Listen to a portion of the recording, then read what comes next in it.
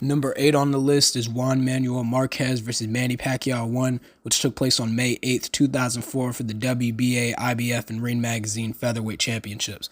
Wow, this is the second best out of all their fights that they had, going to prove that this is probably one of the top 3 rivalries in boxing history.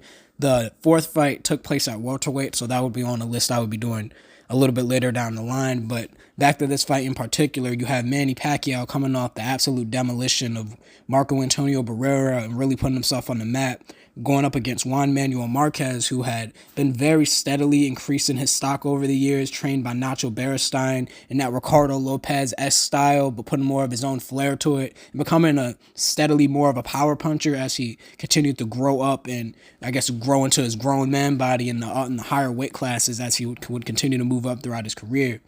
But this fight in particular is started very strangely. Pacquiao knocks down Marquez 3 times in the first round, and in most other fights against most other opponents, that would be it. The guy would just be disheartened and not want to really fight anymore. You get knocked down 3 times by a guy, and it's just insane. But Juan Manuel Marquez kept himself calm enough to build a comeback and figure out how one-dimensional Manny Pacquiao was at this time. And while that one-dimensional aspect of him was more than enough to fight against 99% of people, Juan Manuel Marquez himself is a Hall of Famer and was in that 1% of boxers of all time that could just overcome something like this. And then the rest of this fight became an absolute battle of IQ, heart, everything you want to see in boxing.